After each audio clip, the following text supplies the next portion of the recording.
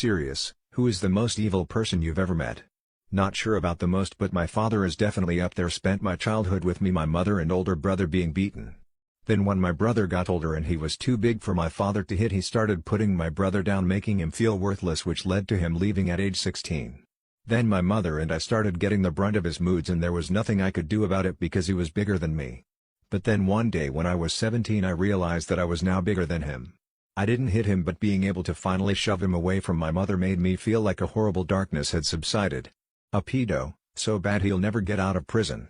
Throughout his life got himself into positions of power, policeman, scout leader, etc., even became a missionary overseas.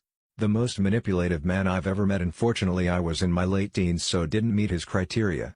He's not related to me but is the grandfather of my nephew that he'll never meet. I have worked as a correctional officer, peace officer, law student in criminal defense, and as a prosecutor.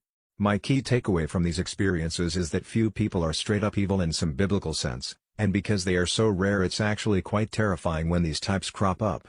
Even the vast majority of people who have committed terrible crimes are simply messed up people who have endured lives full of abuse and suffering and normalization of violence and criminality. People who didn't have a chance to be productive and law-abiding citizens, and who love others and are loved, in spite of their issues. An example of one of the truly evil types though is an abuser in an intimate partner violence file we had, who would use weighted gloves to methodically beat his girlfriend in accordance with a calculated schedule so she wouldn't have visible bruises when she went out, who would rub his penis against his GF's face to mark his territory before letting her leave their residence, and who fired off a handgun round beside her head while holding her hair and then made a necklace out of the bullet casing for her so she'd always be reminded of what he was capable of.